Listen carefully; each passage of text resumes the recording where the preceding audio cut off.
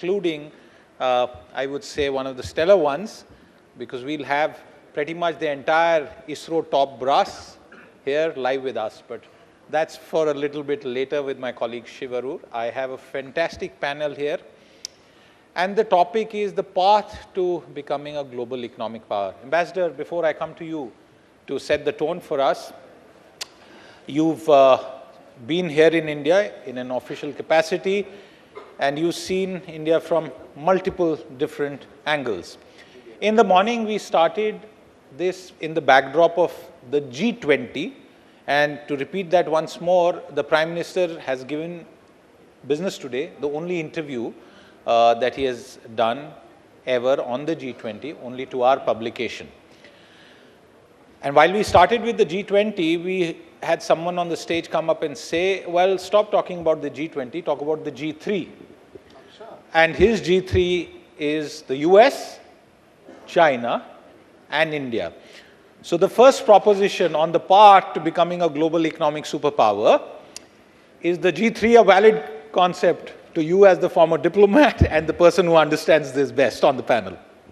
Well, Siddharth, thank you so much, and warm greetings to my fellow panelists. It's great to be here. Thank you for inviting me.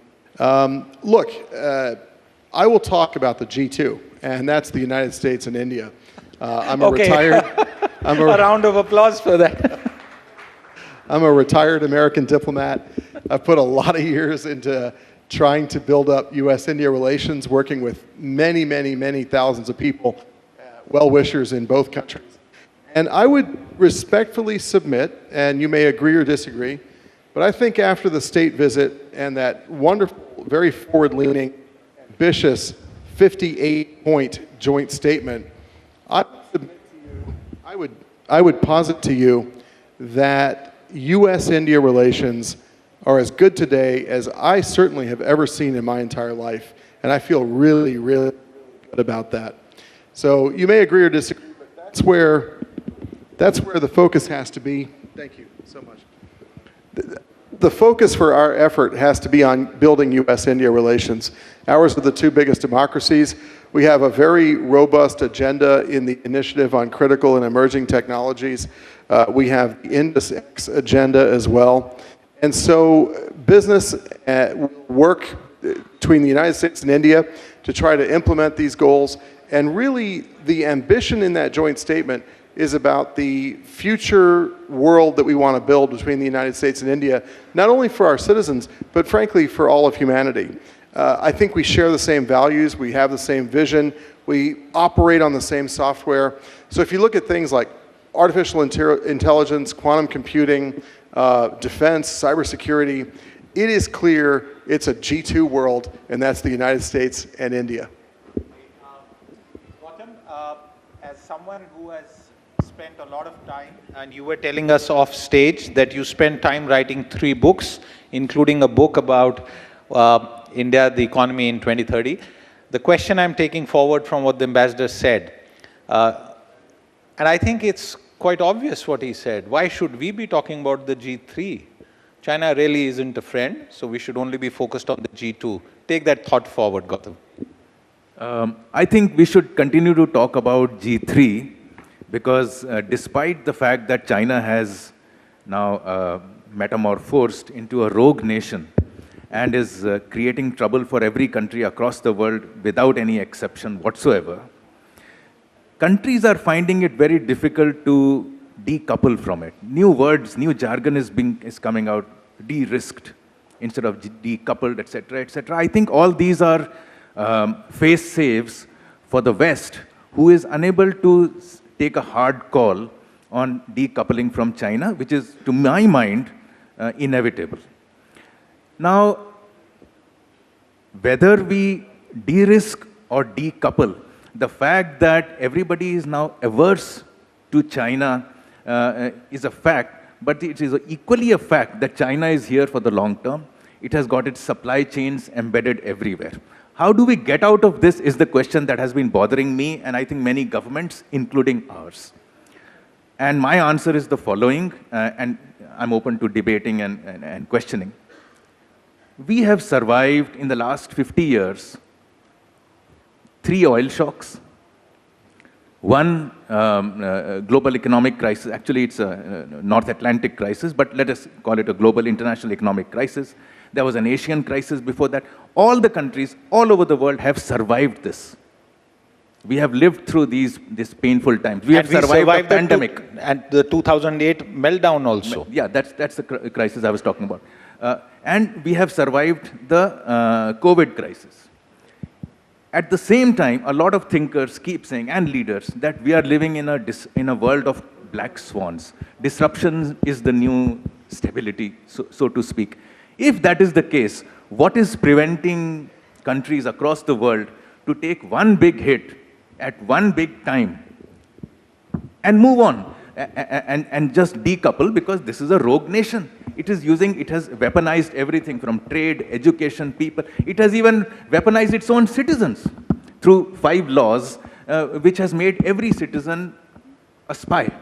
Right. Now, if we take that one big bullet and take it once and for all together, I think that's when G2 will arise. Until then, G3 will remain. Okay. So that's a very good point. Mr. Gopalan, as an economic policy maker, you spent all your professional life in that. You still work after leaving the government. Somebody today itself told me, don't say China +1, say India +1. And this is in context over the last couple of years as the world decided and learned that it needs to de-risk from China and have an alternative. They said the +1 was India. Are we in a position, because we are looking ahead, that we can genuinely hope to be India +1 for the rest of the world, if not right away, but at least 10, 15, 20 years down the line, Mr. Gopalan? It's possible, but we have to do a lot of work to make ourselves worthy of doing that. Now, we have to see that we grow, and we grow on an average about 10.5% on nominal rate. To get to this, your 25 trillion, you are looking at about 2047. It's possible to do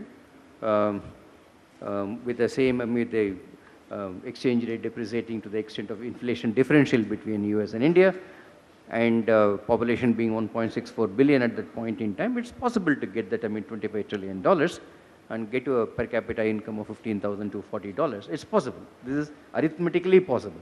But once again, what all things we are going to do? We have to ensure that we grow at 7.5 to 8% continuously. And if that has got to happen, a lot of things have to be done, which includes work on infrastructure creation, skill development, HR issues. Then we have to look at how to get over to the renewable area. How do we make renewable a profitable one and a sustainable one as far as this country is concerned? Get into trade, how to make ourselves part of the supply chain in the world, and ensure that our tariffs are, in a manner of speaking, good enough to ensure that the supply chain philosophy really, kind of work, and get into innovation and R&D in a very big way, which our percentage of GDP, what we spend on that is very, very little. Right.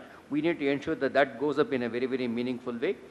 Then we have to using all this, we have to make our manufacturing services internationally competitive, which there are a lot of things which are underneath that, which we are not able to carry out, which we need to do in a very meaningful way.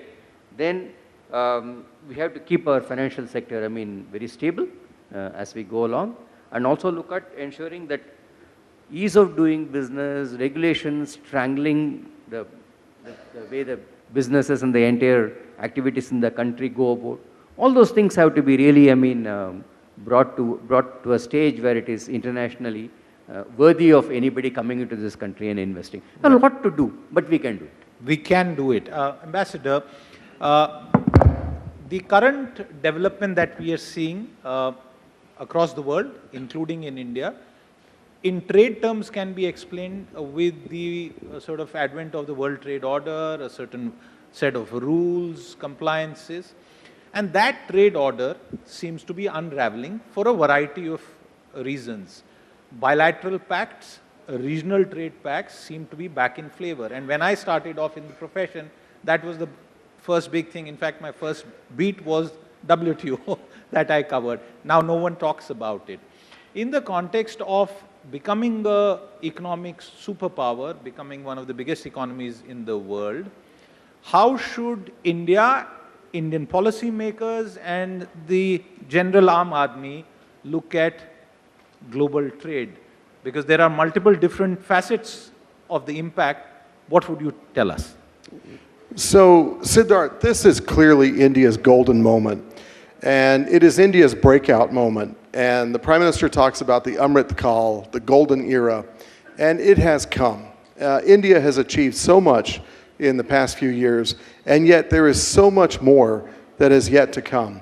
And when you think about the many, many different things where India hopes to set very high ambitions for itself, it's going to need global capital and global know-how. So I represent a business association. It is very important to appreciate the psychology of capital, because India is inviting the entire world to come and make in India, invest in India, develop jobs in India, export from India to enhance India's prosperity. That moment, I pray, will last for a long time and will attract a very high degree of high quality investment and will help propel India to the next tiers of GDP, from today 4 trillion to 5 and then 10 and then 20 and even more. So with regard to the psychology of capital, capital wants to be safe. It wants to go to the easiest possible place to go, where the regulations are coherent, everything is transparent, there's very quick arbitration of disputes, there's a level playing field. And I think if India creates that environment, and this government has worked very hard on ease of doing business, and making India attractive to the global investment community, I think it can really propel and power India to the next level if you can attract that high quality global capital. Certainly India, you know, going to what Gautam said earlier, India is so attractive to the global investment community right now. They understand the logic of it, the geostrategic context compels people to look at India to the extent that regulatory and legislative and policy predictability can be assured. I think you're going to capture a very great deal of attention from global business, and it's going to transform the lives of Indians, including increasing their prosperity by multiples of what it is now. Ambassador, a quick follow-up before I go to others on the panel. And this is not a business question. 30 years back, India used to be equated with our troublesome neighbor. And you know, everything was seen from that prism. Visiting high dignitaries from the United States would make sure that they had to equalize between Delhi and the neighbor's capital. That doesn't happen anymore now. We also saw the Civil Nuclear Cooperation Pact, a pact which I think was stillborn in some ways. What is really driving this current bonhomie? Is it because American capital now realizes that they overinvested in only one part of the world? Or is it a genuine appreciation of the potential of the Indian economy? So I go back to the state visit of the Prime Minister to the United States in June. And of course, you're going to have the President of the United States here very soon for the G20. These are very turbulent geostrategic, geopolitical times. There is a war raging in Europe that is the worst war since World War II, and it shows no sign of ending.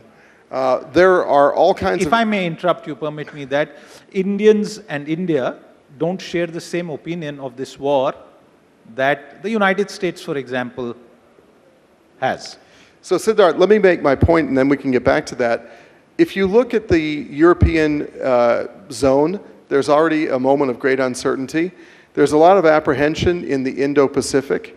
And so great democracies like the United States and India look around a crowded room of all the nation states and see in each other commonality, common values, common outlook, shared strategic perspectives, shared compulsions, and it is driving us together. Look at the joint statement, see the ambition enshrined in it. We have gone past the issues of the past, and we are aggressively focused on what the future of the world will look like, what it will mean for our citizens in terms of economic development, in terms of human freedom, in terms of the unfolding of these new deep tech and future tech platforms that we're all a little bit apprehensive about. And so I think that it is because of this geostrategic wave chop that the United States and India see each other and say, wow, I recognize myself in you. I recognize your values, your citizens and our citizens get along so well, we should do more together. We should do more together, Gautam.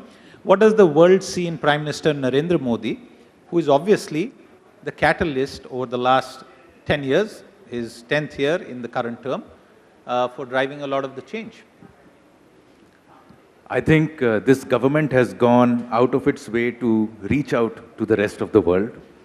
It has been punching above its weight. We are not in the Security Council yet, but our voice has begun to count in any case. I think outside the Security Council as a conglomerator of the Global South and as a potential leader of the Global South, India has made its mark.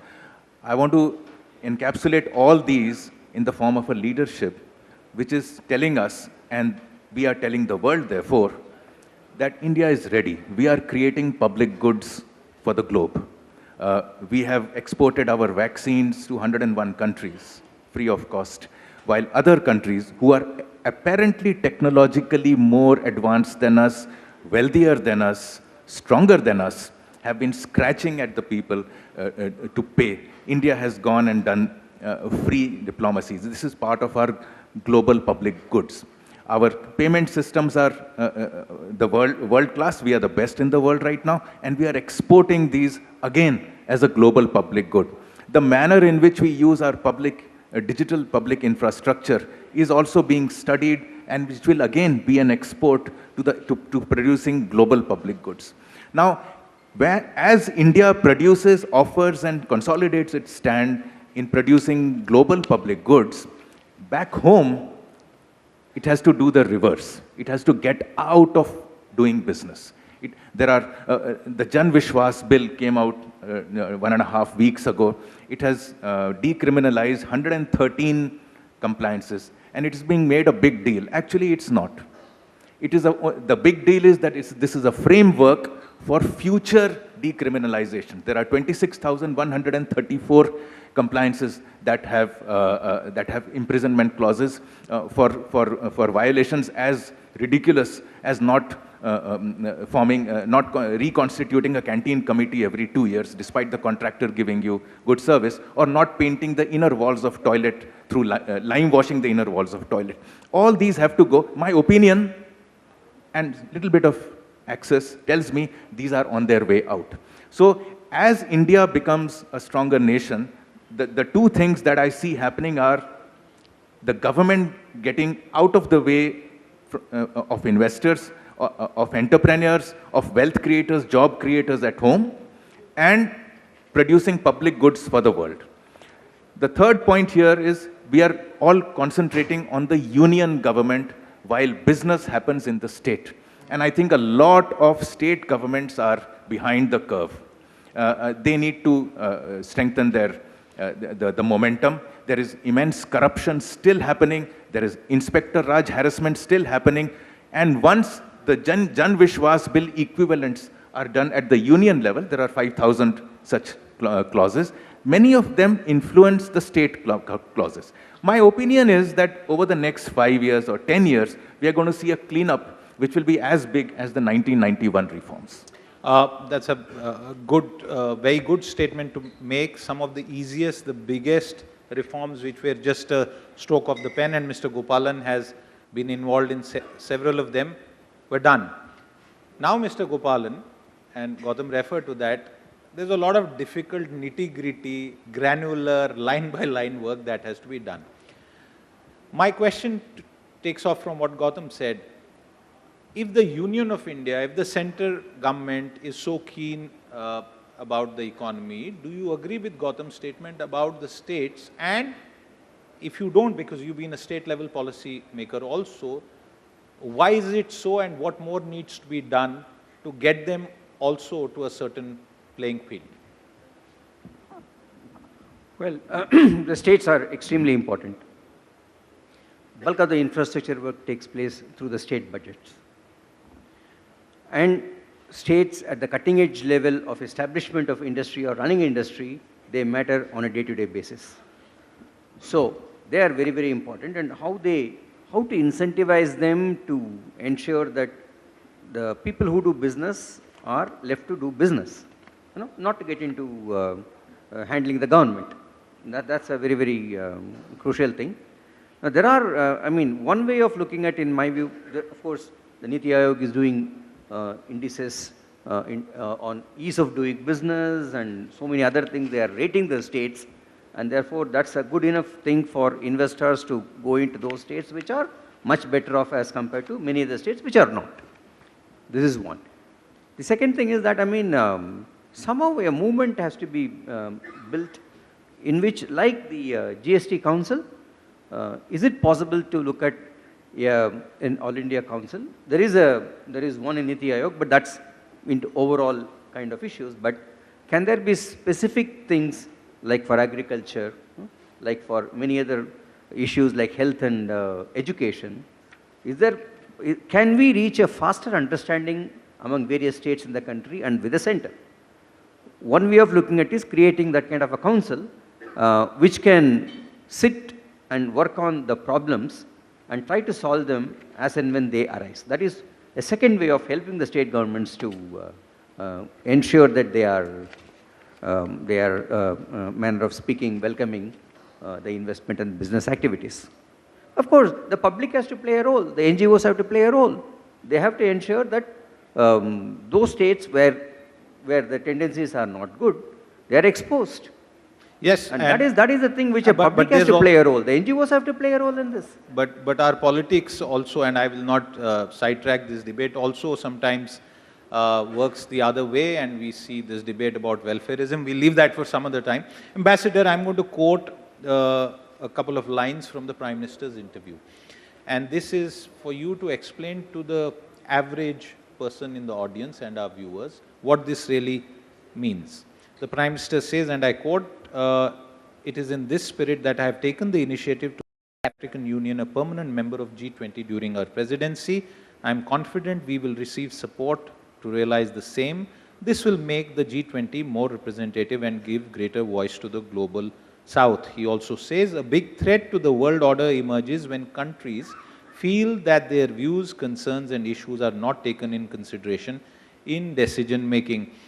Gautam referred to the UN Security Council. We'll leave that for a moment. Would I be right in asking a question that while that issue hangs in the air, India is saying, in some ways, forget that, let's get the African Union along, let's make our bloc bigger. Is that the right way to read it? Siddharth, unlike my respected panelists and you, I will give your audience the bald truth. Thank you for laughing. Look, I think the Prime Minister has a very, very valid point. I was born in Africa. I grew up in Africa.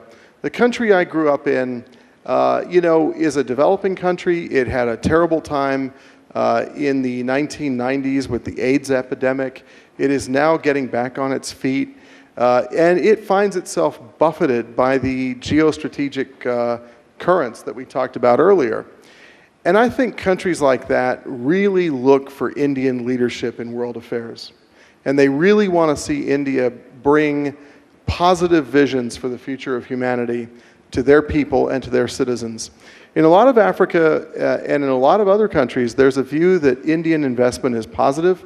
It brings and injects know-how into the country. It helps upskill people who work in Indian enterprises and Indian projects.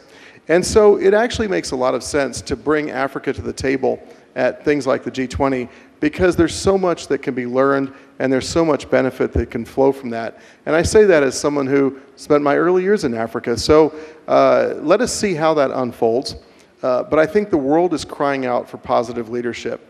And certainly we in America recognize all of the great achievements of India. Look at Chandrayaan-3. That was an extremely difficult thing to do, putting it on the south pole of the moon, and yet India pulled it off. And India is doing so many other things, public goods for its citizens, as Gautam talked about, that are not only just good for Indians, but good for the entire world. So a lot of positive feeling in America, but also in places where I've lived in earlier parts of my life.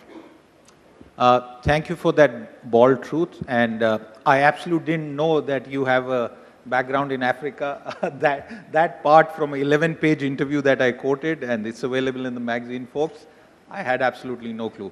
Gautam, we've spoken sort of about the more positive aspects. I have two questions to ask, for which I'll come to you.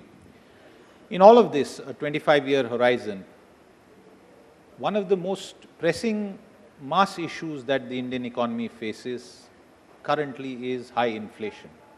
And along with that is high unemployment. Now you can debate the relative terms, but the India Today Mood of the Nation survey, the most recent one, also highlights that these two are very key and critical issues. No economy can continue to grow at 10%, but no economy can also continue to grow with persistently high inflation. Is this an issue, and what needs to be done to ensure that we don't get derailed? So the derailing part I spoke about earlier, government has to get out of the way. It did. Air India, classic example. Yeah, the last panel, you saw the energy in the last panel, which is the technology panel, and you saw what they are up to. They don't care. They are saying we are going to do this and we're going to do that, and I trust them far more, and I think they have found their paths within the regulatory confines, and I see that part is on course. As far as the inflation goes, I think it's a more complex issue. As long as India is an energy importing country, we will be importing inflation or disinflation, or reduction in inflation all our lives. Electrification through solar panels, wind panels, clean energy, etc. will help. But as long as we are dependent, and we are going to remain dependent, at least in the forthcoming decade, on fuel, inflation will be like this. Now, if that part is taken care of, the supply side of inflation, which Nirmala Sitharamanji talked about, needs to be given a fillip. Why is that not happening, is the question. Why isn't more investment coming?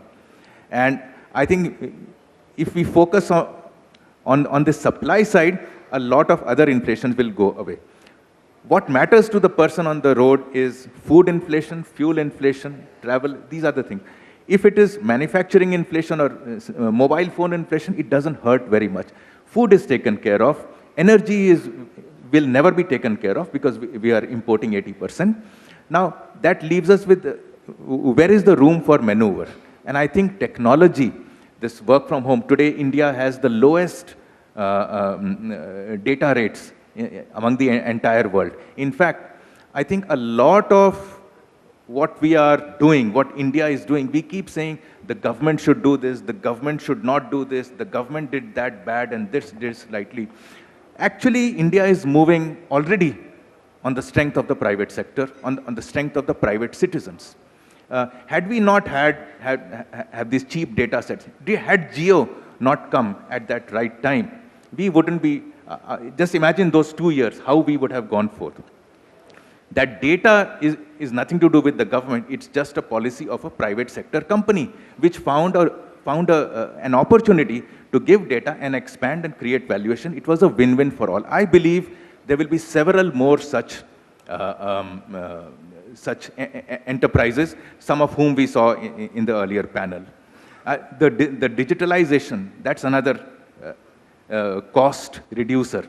I think therefore, with the velocity of money also increasing in the system, I think we are going to balance high inflation with the greater production.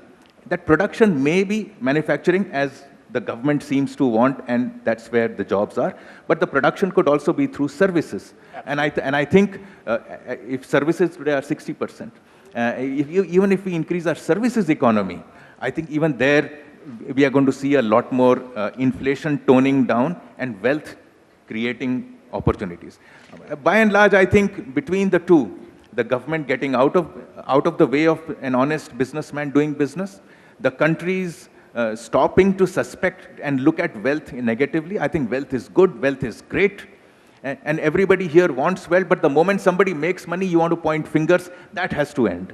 That suit boot ki sarkar, such an idiotic phrase. I think everybody should be wearing a suit boot. Not just the people, not just the sarkar. Absolutely. I think these are the psychological parts. I see no problem in inflation management. Okay. Between the RBI and supply side changes, inflation will remain. By the way, it is mandated by law. You have to be between 4 and 6 %. So you have to keep that inflation.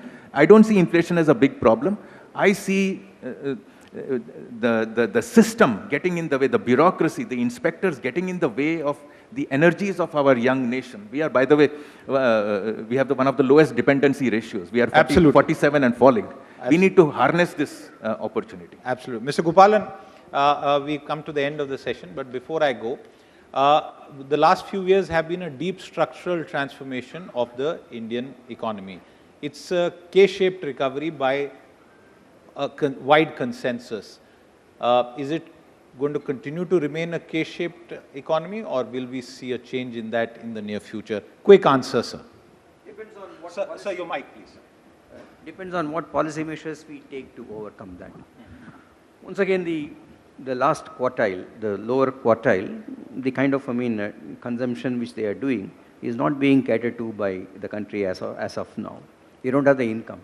They lost heavily, but we need to see how they are able to get into the consumption bracket as we go along. Some amount of capital transfer to them is one area. Then possibly when the economy grows, obviously they will be benefited in a huge way. But unless that unorganized sector in the country is able to come back on its rails, when policies are put in place to ensure that happens, it is possible to get a growth which will not only have a sustainable growth, it also reduce inequality in the country. Absolutely. Like any other path, anywhere in the world, including India, no path is completely smooth. There are troubles, there are thorns, there are unexpected turns.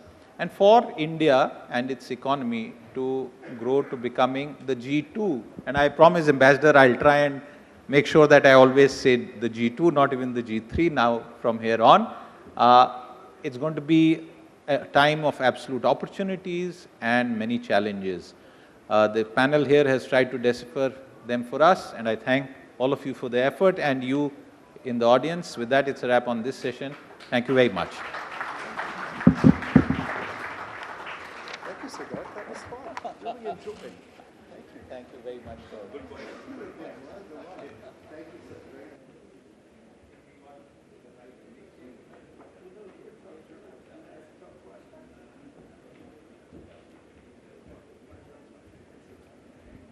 Thank you, gentlemen, for an insightful session. I'd like to call upon stage Dinesh Bhatia, Group CEO at the India Today Group, to